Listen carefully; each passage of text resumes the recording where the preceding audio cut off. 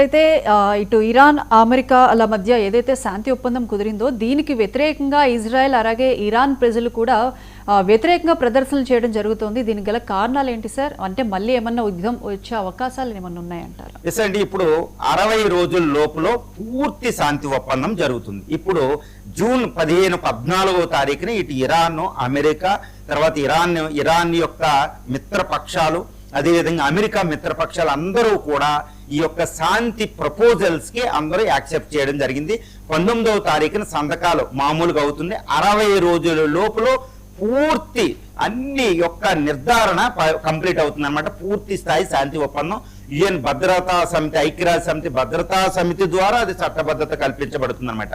మరి ఈ లోపు 60 రోజుల లోపు మళ్ళీ యుద్ధానికి ఏదైనా అక్కడ ఆపద వస్తుందా, అంటే శాంతి ఒప్పందానికి విఘాతం కలుగుతుందంటే కలిగే పరిస్థితులు అక్కడ ఉన్నాయి. ఎందుకంటే ఇప్పుడు ప్రస్తుతం ఏంటంటే ఇరాన్ అమెరికాతో కుదుర్చుకున్న శాంతి ఒప్పందానికి ఇరానియన్ ప్రజలు వ్యతిరేకిస్తున్నారు.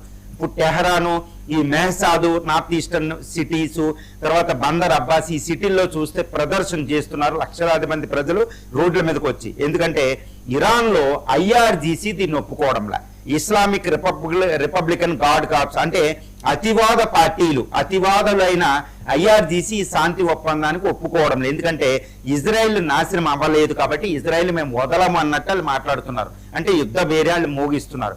ప్రజలు కూడా ఇరాన్కి అవమానం జరిగింది, పూర్తి స్థాయిలో మనం ఓడించే పరిస్థితులు ఉన్నప్పుడు ఎందుకు ఇజ్రాయెల్కి అన్ని కన్సెషన్ ఇవ్వాలి, మన న్యూక్లియర్ ప్రోగ్రామ్ ఎందుకు ఆపాలి? ఇప్పటికే హర్ముజ్ స్ట్రైట్ ని మనం కంప్లీట్ గా మన ఆధీనంలో ఉంచుకున్నాం. ఇంతటి అమెరికా శక్తివంత ప్రపంచ వరల్డ్ సూపర్ పవర్ అమెరికాని ఇజ్రాయెల్ వ్యతిరేకించి మనం హర్ముజ్ స్ట్రైట్ ని ఆక్యుపై చేసాం. అలాంటి దాన్ని ఎందుకు వదులుకోవాలి అనేది ఇరాన్ ప్రజల యొక్క దేశభక్తి రగిలించే విషయం. ఎందుకంటే వాళ్ళు చాలా కష్టపడి యుద్ధానికి ఎన్నో ఓర్చుకుని $375 బిలియన్ లాస్తో ఎంతో ప్రాణ నష్టంతో వాళ్ళు యుద్ధంలో నిలబడ్డారు. ఇప్పుడు వాళ్ళ కోరికలు మన్నించాల్సిన బాధ్యత ఇరానియన్ ప్రభుత్వాన్ని.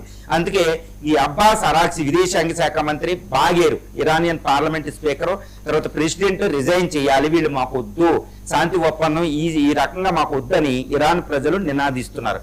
మరి ఇప్పుడు ఐఆర్జీసీ ఏమైనా ఇప్పుడు వీళ్ళని పక్కన పెట్టి వాళ్ళు గవర్నమెంట్ కంట్రోల్లో తీసుకుంటే మళ్ళీ యుద్ధం మొదలైనట్టే. తర్వాత ఇటు ఇజ్రాయెల్ ప్రజలు కూడా ఈ శాంతి ఒప్పందాన్ని వ్యతిరేకిస్తున్నారు. ఎందుకు? ఈ శాంతి ఒప్పందంలో ఇజ్రాయెల్ తన రక్షించుకోవాలి ఎవరి నుంచి? హమాస్ అనేది ఉగ్రవాద సంస్థ అకార్డింగ్ టు ఇంటర్నేషనల్ లా. తర్వాత ఏది గాజాలో ఉన్నది, తర్వాత హిజ్బుల్లా లెబనాన్ లో ఉన్నది ఉగ్రవాద సంస్థ, అది ఇజ్రాయెల్ నాశనం చేయడానికే పుట్టింది. తర్వాత హౌతీస్ అనేవాళ్ళు ఉగ్రవాదులు, వాళ్ళు ఏమి దేశాలు కాదు. మరి ఇప్పుడు ఈ శాంతి ఒప్పందంలో ఇజ్రాయెల్ హిజ్బుల్లా లెబనాన్ మీద, యమన్ మీద, గాజా మీద దాడి చెయ్యము అనే ఒప్పందం మీద అమెరికా ఎందుకు కట్టుబడాలి? మళ్ళీ ఇజ్రాయెల్ సెక్యూరిటీకి ప్రాబ్లం కాబట్టి ఇజ్రాయెల్ భద్రతను పణంగా పెట్టారు. కాబట్టి ఈ శాంతి ఒప్పందం మాకు వద్దని ఇజ్రాయెలీ ప్రజలు నినదిస్తున్నారు. ఇది చాలా డేంజరస్ సిచ్యువేషన్ ఇప్పుడు ఇజ్రాయెల్ ఉంది. అంటే ఇజ్రాయెల్ ప్రజలు యాక్సెప్ట్, ఇప్పుడు ఇరాన్ ప్రజలు యాక్సెప్ట్ చేయకపోతే ఆ కథ వేరు. అది ప్రజాస్వామ్య దేశం కాదు, హార్డ్ కోర్ ఒక నియంతో వస్తారు, కంట్రోల్ చేస్తారు. బట్ ఇజ్రాయెల్లో అది ఒక ప్రజాస్వామ్యం, one of the best democracies on the earth అండి. మరి అక్కడ ప్రజలు నినాదిస్తుంటే వచ్చే ప్రైమ్ మినిస్టర్ కూడా ఏమీ చేయలేడు. బెంజమిన్ నెతన్యాహు యుద్ధాన్ని కోరుకుంటున్నాడు, ఆయనకి మళ్ళీ అధికారం కట్టబెట్టే అవకాశం ఉంది, మళ్ళీ ఆ లిక్విడ్ పార్టీకి.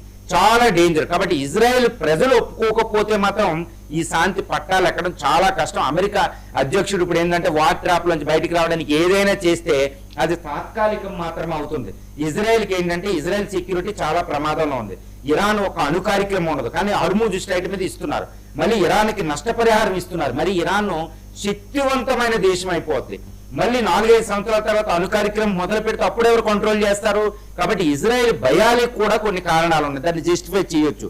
కాబట్టి ఇజ్రాయెల్ ఏంటి, ఇరాన్ ప్రజలు ఇద్దరు దాన్ని ఒప్పుకోవడంలా. ఐఆర్జీసీ ముఖ్యంగా అయితే మేము ఇజ్రాయెల్ని వదలము, బీరూట్ మీద లెబనాన్ మీద అటాక్ చేస్తుందంటే మేము తప్పకుండా టిట్ ఫర్ టాట్ దాన్ని సర్వనాశనం చేస్తామని ఇజ్రాయెల్ యొక్క ఐఆర్జీసీ కమాండర్స్ మాట్లాడుతున్నారు. అంటే ఏంటి? శాంతి ఒప్పందం ఏ విధంగా అయితే పట్టాలు ఎక్కడానికి అడ్డు ఎవరంటే ఇజ్రాయెల్, ఇరాన్. ఇప్పుడు America, Iran okay, but Israel, Iran అనేది శత్రుత్వం మనం చూడాలి.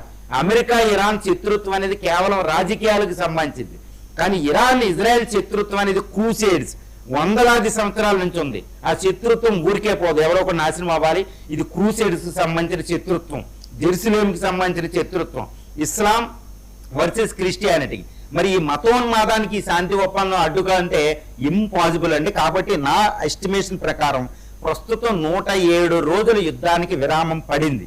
కానీ కంప్లీట్ యుద్ధానికి కారణమైన ఏ యొక్క మూల కారణం కూడా అలాగే ఉన్నాయి, అవి పరిష్కారం కావు.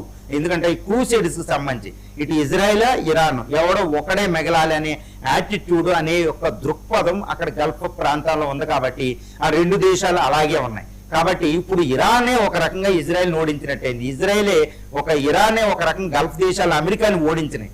కాబట్టి ఇరాన్ ఇంత శక్తివంతంగా తయారైపోయింది యుద్ధం తర్వాత. అంటే బలహీనపడవచ్చు, కానీ రాజకీయంగా శత్రుత్వం అద్భుతంగా బలపడింది ఇప్పుడు ఈ ప్రపోజల్ బట్టి కూడా. కాబట్టి ఈ శాంతి ఒప్పందం 60 రోజుల తర్వాత కుదురుతుంది, 100% కుదురుతుంది. ఎందుకంటే అంతర్జాతీయ సమాజం దాన్ని సపోర్ట్ చేస్తుంది. హర్ముజ్ స్ట్రైట్ ఓపెన్ అవుతుంది, ఓపెన్ నావిగేషన్ ఉంటుంది, అమెరికా అక్కడ నుంచి వెళ్ళిపోతుంది, అంతకు ముందు ఉన్నట్టే ఉంటది. కాకపోతే ఏదో ఒక టైంలో మళ్ళా యుద్ధం, అంటే కొన్ని సంవత్సరాల తర్వాత యుద్ధం మాత్రం 100% అక్కడ యుద్ధం జరుగుతుంది గల్ఫ్ వార్ లో. ఎందుకంటే ఇరాన్ ఇజ్రాయెల్ శత్రుత్వం అలాగే ఉంది. 2, ఈ 60 రోజుల్లో కూడా ఏమైనా ఇజ్రాయెల్ చాలా తెగించేసి ఏమైనా యుద్ధానికి పాల్పడితే లెబనాన్ మీద, ఇరాన్లో ఇప్పుడు ఈ యొక్క మోడరేట్ గవర్నమెంట్ కి ప్రాతినిధ్యం లేకుండా ఐఆర్జీసీ అధికారాన్ని చేజిక్కించుకునే అవకాశం ఉంది. కాబట్టి ఇటు నెతన్యాహు ఇటు ఐఆర్జీసీ వీళ్ళిద్దరే ఇప్పుడు అర్థం. మళ్ళీ వీళ్ళిద్దరూ మాత్రం ఏమైనా కుయుక్తులు పంతే మాత్రం 60 రోజులు ఈ ఒప్పందం జరగకుండా మళ్ళీ యుద్ధం మొదలయ్యే ఛాన్సెస్ అనేది చాలా ఎక్కువగా ఇప్పుడు గల్ఫ్ ప్రాంతంలో కనిపిస్తున్నాయి. రైట్ సార్, అయితే ఈ 107 రోజుల